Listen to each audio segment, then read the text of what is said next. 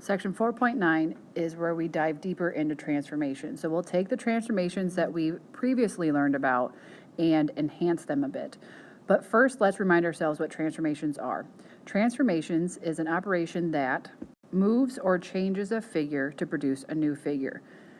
Specifically, we talked about rigid motions. Remember, those were the types of transformations that did not change the size or the shape of the original figure. So we talked about translations, rotations, and reflections. The new figure is called the image.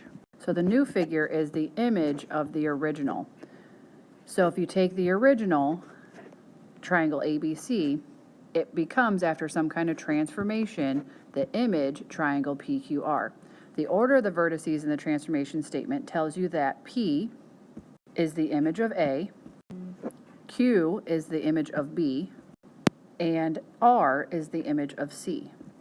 The transformation statement is a lot like the congruence statement that we were looking at previously. And remember, whenever we have a rigid motion, the image is congruent to the original. So that transformation statement is exactly the same as the congruent statement that we're used to. And to kind of piggyback on that idea, here's another reminder.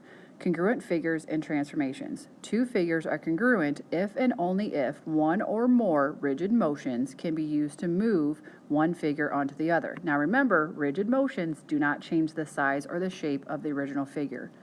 If any combination of translations, reflections, and rotations can be used to move one shape onto the other, the figures are congruent. So remember, a translation is where it's slid, a reflection is over some kind of line, and a rotation is around some point in a certain direction. The point could be either outside of the figure like it is here in this picture, or you could rotate the figure around a point on the figure itself in a certain direction. And all of this should be familiar from when we previously did transformations earlier in this chapter. And again, we're just going to build on all of those things that we learned earlier in the chapter.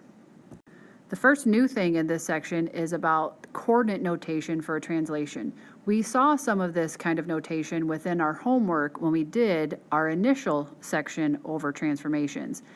You can describe a translation by the notation. XY becomes X plus A, Y plus B, which shows each point XY, and XY is your original point of the blue figure. So here's your original figure, is translated horizontally A units and vertically B units. So if I had an original point that is 3, 2, and I told you it was shifted to the right 5 and down 4, I would add 5 to my x's and I would subtract 4 from my y's. So 3 plus 5 is 8 and 2 minus 4 is -2. So whatever happens left or right, that happens to your x value. Whatever happens up or down happens to your y value. If it goes to the left, you subtract. If it goes down, you subtract. If it goes to the right, you add. If it goes up, you add. I would write all of that down. Example number 1 has us using that coordinate notation. Figure WXYZ has vertices W, -1, 2, X, 2, 3, and Y, 5, 0, and Z, 1, -1. Sketch WXYZ and its image after the translation XY becomes X minus 1, Y plus 3. So the first thing I'm going to do is plot all of these points, being sure to label them with the corresponding letter. So there's figure WXYZ, and now it says it's going to be translated X minus 1 and Y plus 3. So if it's X minus 1, that tells me I'm going to go to the left 1 unit and up 3. So my new ordered pairs would be W, which is -1, 2, would become, now I'm going to subtract 1 from the X, so that would be -2, and I'm going to add 3 to the Y, so that would be 5. X would become 1, 6. Y would become 4, 3, and Z would become 0, 2. So again, it's just the same as picking up my original figure, WXYZ, and moving it to the left 1 unit and up 3. So instead of finding all of my new ordered pairs like I did here, I could actually just take my original figure and move it to the left 1 and up 3 for all 4 points. And since the problem doesn't ask for the new ordered pairs, I could have just started there from the beginning. So again, I'm going to take all 4 points and move to the left 1 and up 3 for my new image of the original figure. So there in the black, you see my new translated figure. To label it, you used prime notation. W would become W prime. X would become X prime. Y would become Y prime. And Z would become Z prime. So I can label all of my points with the prime notation. And there you have it. There is your first example on how to translate a figure using coordinate notation. Let's move on to reflections. If you remember back to when we previously did transformations, if there was a reflection, you had to tell me over what line. In this section, we are going to talk about specifically what happens to the ordered pairs when you reflect across the x-axis and across the y-axis. When you reflect across the x-axis, and we're going from blue to red, any ordered pair in the blue figure would become x comma negative y when it is reflected over the x-axis. So the x value stays the same and the y value becomes its opposite. If you reflect across the y-axis from blue to red, any ordered pair in the blue figure would become the opposite of x and the y value would stay the same. I would write all of these things down. I would write this down here, that your original ordered pair x comma y would become x comma the opposite of y, and I would make sure you realize that's the opposite of y and not just think of it as negative y. And I would write down that over the y-axis, xy would become the opposite of x, not just negative x, but the opposite of x comma the y value stays the same. So let's see an example of reflections. Example number 2, you're drawing a pattern for a cross-stitch design. Use a reflection in the y-axis to draw the other half of the pattern. So we are going to reflect across the y-axis, which is the vertical. So that means that any point that is on the y-axis will actually stay where it's at because there's nowhere for it to go when it reflects across the y-axis, and we're going to reflect over to the other side. An easier way to figure this out rather than using the coordinate notation like we were in the previous slide is just a count. So again, this ordered pair here will stay where it's at. So I drew a point there. But if you look at this ordered pair, we are going across the y-axis. Right now this point is 1 unit away from the y-axis, so I'm going to go 1 unit out in the other direction. This ordered pair right here will stay the same. If I look at the next ordered pair right here, it is 2 units away from the y-axis, so I'm going to go 2 units in the opposite direction. Again, this ordered pair right here will stay where it's at. Moving on to this ordered pair, it is 1, 2, 3 units away from the y-axis, so I'm going to go 1, 2, 3 units in the other direction. This ordered pair will stay where it's at, and this ordered pair is 1 unit away, so I'm going to go 1 unit away. Finish the problem by connecting all the dots. And look, we have a pretty little Christmas tree. How festive. And finally, let's look at what happens with rotations to the ordered pairs.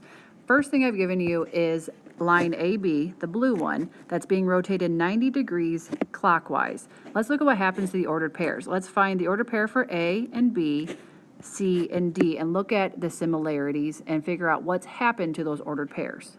But first, let's realize that A corresponds to C and B corresponds to D after that 90-degree rotation clockwise. So when I write down my ordered pairs, I'm going to write it A becomes C, B becomes D. So A was -3, 1, and it became C, 1, 3 after that 90-degree rotation. B was at -1, 3, and after the 90-degree rotation, it became D, which was at 3, 1. So when you have a 90-degree rotation, notice that it was, outside of the positive and negative signs, it was 3, 1, it became 1, 3. So your X's and Y's flipped. The reason why it became +1 and +3 is because I was in the second quadrant and it got rotated into the first quadrant where it was positive. So again, a 90-degree rotation, the X and Y values flipped, and then the positives and negatives were determined by what quadrant it rotated into. Let's look at B. It was at -1, 3, so again, outside of the positives and negatives, 1, 3 became 3, 1. So the X's and Y's flipped, and the reason why the -1 became a +1 is because it was rotated into the first quadrant where all points are positive, positive. So in a 90-degree rotation, it's one quadrant away, and that helps you determine what the positive and negatives are of your X's and Y's. So if you get rotated into the third quadrant, like here, that would be negative, negative. If you get rotated into the fourth quadrant, that would be positive, negative. So determining what quadrant you're going into will help you determine what the signs of your numbers are. And when a 90-degree rotation, the X and Y's flip. And remember from when we talked about this before, a 90-degree rotation clockwise is the same thing as a 270-degree rotation counterclockwise. So I could have gone 1, 2, 3 quadrants away and still ended up at CD. So 270 degrees is 3 quadrants away. And again, that will help you determine what the signs of your new ordered pair would be. And since a 90-degree rotation is the same as a 270-degree rotation, the X's and Y's will still flip. And let's move on to 180-degree rotations. So 180 degrees is 2 quadrants away. So we are going from blue to red. So if T would correspond to Q, and it is 1, 2 quadrants away, and that would help me, again, just like before, that helps me determine what the signs of the ordered pairs would be. So I was in the fourth quadrant, and now I'm up in the second quadrant, so it went from positive, negative to negative, positive. And then let's see what happens to the X and Y values. Are they going to flip like they did in 90-degree rotations and 270s, or are they going to stay the same? So let's look at the order pairs again. We're going from blue to red. So let's look at what our order pairs did. T corresponded to Q. T was at 3, -2, and it became -3, +2 because it got rotated into a different quadrant. But notice that outside of those positives and negatives, the X's and Y's stayed the same. It was 3, 2, it stayed 3, 2. And again, just because it changed to a different quadrant is why the 3 became negative and the -2 became positive. The S corresponded to the P. S was at 3, 0, and then it got rotated to P, -3, 0. So again, outside of the positives and negatives, it was at 3, 0, it stayed 3, 0, and it just became -3 because it rotated to a different quadrant. And R stayed the same because all of these rotations are about the origin, and R was at the origin. So R was at 0, 0, it stayed at 0, 0. So to complete our lines down below, a 180-degree rotation is 2 quadrants away, and that helps you determine the signs of your new point. And unlike the 90-degree and 270-degree rotations where the X's and Y's flipped, X and Y will stay the same for 180-degree rotations. And bolded down here says always specify clockwise or counterclockwise. So if it's going clockwise, you need to say CW. If it's counterclockwise, CCW. And always assume rotations are about the origin unless otherwise specified. All of the ones that we are going to do in our class are going to be around the origin. If they are not around the origin, they get exponentially harder. So we are going to keep it simple, keep it to 90, 180, 270 rotations, and always about the origin. I would 100% write all of this down in your notes, have it bolded, starred, everywhere, about 90-degree rotations are 1 quadrant away, and the X's and Y's flip. 180-degree rotations are 2 quadrants away, X's and Y's stay the same. 270-degree rotations are 3 quadrants away, and the X's and Y's flip. Write that down, please. So here's our last example. Tell whether RS is a rotation of PQ about the origin. If so, give the angle and direction of rotation. Meaning, is it a 90-degree, a 180, or a 270 clockwise or counterclockwise? So RS is a rotation of PQ. That means PQ is your original and RS is your image. Let's look at part A. PQ was at 2, 6, and 5, 1. RS was at 6, -1, and 1, -2. So P corresponds to R and Q corresponds to S. If this was a 90 or a 270-degree rotation, it would have to be 2, 6, and 6, 2. The X's and Y's flip. But notice the 2 became a -1. That doesn't happen in a 90 or a 270. If it was a 180 degree rotation, the 2-6 would stay 2-6, just your signs might change. If we look at the Q and the S, 5-1 would have to be either 1-5 or stay 5-1, depending on if it was a 90, 270, or a 180. So in this case, this is not a rotation at all, so we are just going to simply say not a rotation. Some other kind of transformation must have happened to PQ for it to become RS that was not a rotation. And part B, PQ started at 4-2 and 3-3. Then it became RS, which was at -2-4 and -3-3. So P corresponds to R. So P started at 4-2 and it became 2-4 outside of the positives and negatives. So this tells me this is either a 90-degree rotation or a 270. Sketching a little coordinate plane here, let's figure out if it's 1 quadrant away or 3 quadrants away. So P would be here since it is a positive positive, 4-2 positive positive. It became -2-4, so that would be over here in the second quadrant. So that would be 1 quadrant away if I was going counterclockwise, or 3 quadrants away if I was going clockwise. So if I was going to do 1 quadrant away, that would be 90 degrees counterclockwise, or I could also answer this as 270 degrees clockwise, since those are the same thing. 90 degrees counterclockwise is the same thing as 270 degrees clockwise.